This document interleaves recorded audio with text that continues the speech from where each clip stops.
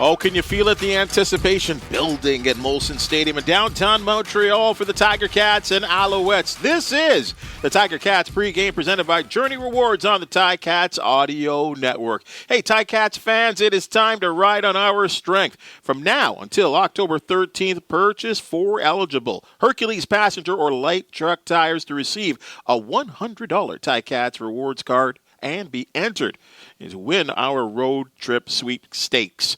Available at participating Active and Green and Ross, Ontario locations, or visit HerculesTire.com/AGR rewards. Stepping up for his regular, informative, and always entertaining segment, one-time Tiger-Cats assistant and offensive line coach, a 1986 Grey Cup winner, he is John Saluations with his pregame salutations. Sal, thanks for checking in. Wow, what an introduction. Thank you, Bubba. Well, you did all that. These are things you did. Need to be recognized. I appreciate that. You know, for Hamilton, this is a business trip with some serious implications, and Mike said it earlier. This is a 4-point game, but it's also a chance to win the 3-game series versus Montreal. And last week, Montreal against Winnipeg, they had 5 sacks versus Zach Collaros against arguably the best O-line in the CFL and against the most elusive quarterback in the CFL. So this is going to be one of those games where I think the offense really needs to step up and do a great job. You know, with the 3 players on defense being changed, the 2 corners plus the Will linebacker, I think it goes to the offense to control the ball and control the clock. Yeah, and Coach, what do you think that they do to try to slow down that Montreal D-line? Because you're absolutely right. It stood out so much in that Winnipeg game with Montreal that their D-line was completely taking over the game. So what game plan-wise, what do you think they try to do to slow them down? Well, you know, since Noel Thorpe has taken over as a defensive coordinator for Montreal, they've changed their defense measurably. And what you saw in the Winnipeg game was some weak halfback blitzes that really paid some dividends. The Sutton kid who plays a weak halfback, I think he had in that game alone, he had like 2 sacks. He had a forced fumble. He had a knockdown.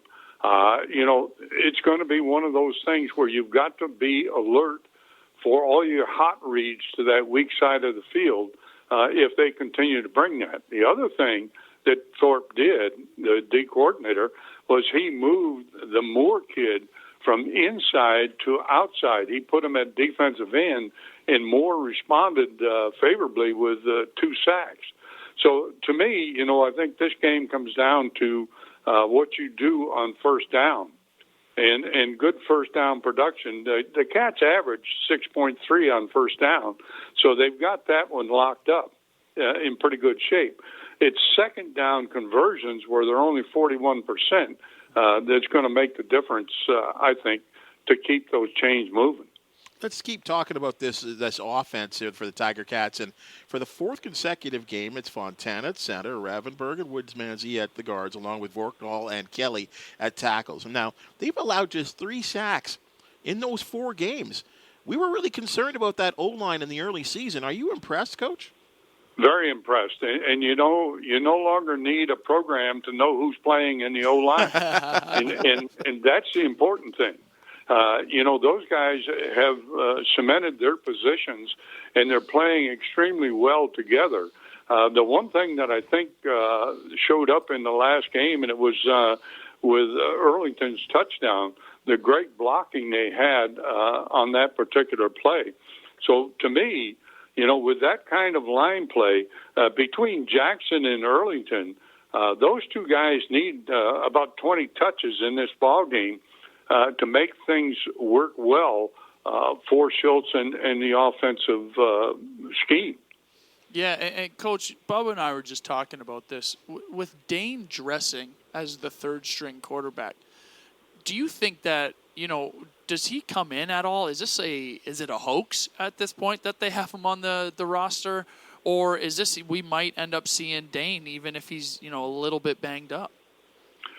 To me, Mike, you never dress a player that you do not expect to play. If you dress someone, you're expecting him to play. So having said that, the other part of the equation is this. They certainly want Dane Evans on the sideline where he can talk with Schultz. It may come down to the fact that they're not sure that Newman can handle the passing game. They know he can do the run game for them. They may wonder whether or not he can handle the pass game. Interesting, yeah, because what we saw last game was Newman coming in, and I actually thought he did a really good job, and Tommy did a good job at giving him, those run plays and those quarterback designed run plays and the jet sweeps and stuff like that. But so what you're saying is they've kind of used up that package, and they just don't want him to come back in, essentially. Well, basically, I think Montreal knows what Newman's going to do when he comes into the ballgame. It's still a matter of whether or not they can stop him at that point. Now, we don't know the extent of Dane Evans' injury, so all of this is speculation until he actually gets on the field and we see him throw the football. Here's something else to consider is that Schultz didn't play the entire third quarter of the Ticats' last game against the Argonauts. So how healthy is Matty Schultz? There you go, Bubba. You hit it right on the head.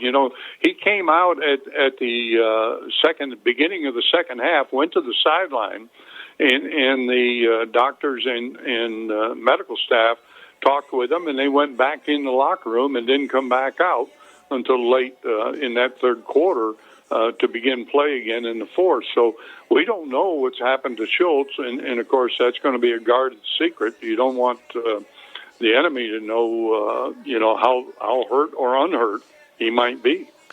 Yeah, and Coach, moving over to the defensive side, I've always said that the offensive line and the defensive backfield is very similar in the sense that communication is absolutely key and that you can play so well all game, but one mistake is such a catastrophic error. And with two new corners back there, do you see that as an issue, or is it because of who they have back there, you're kind of okay with it and think it'll go well? Mike, you're more informed and probably better able to answer that question than I am. You've been back there where you've had to coordinate all of the calls in the secondary.